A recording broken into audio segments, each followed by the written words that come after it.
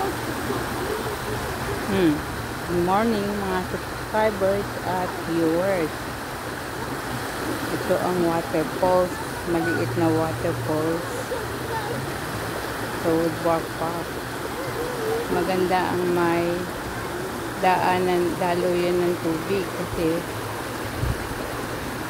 yung mga lumang tubig dito napapalitan ng tubig ulan. Tapos nagiging pandilig ng mga puno.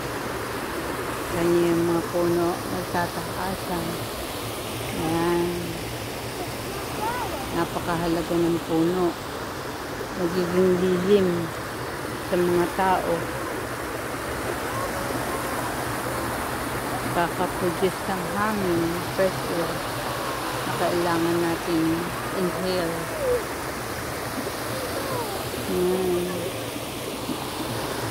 Dito kayo pupunta sa mga may fresh air. Malapit sa sapa, malapit sa ilog, malapit sa swimming pool, malapit sa dagat. Kasi yung mga dust na pupunta na dyan. Kaya ang taas mo may puno, naliliman kayo yung hangin.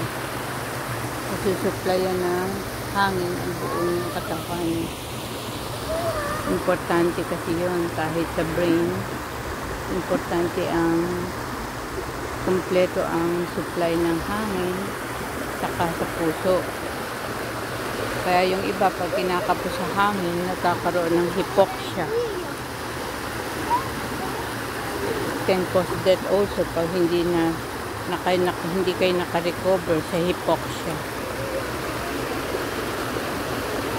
Pag sobra sa trabaho, kailangan nagbe-break din kayo, na stop kayo. Importante yun. Magre-relax.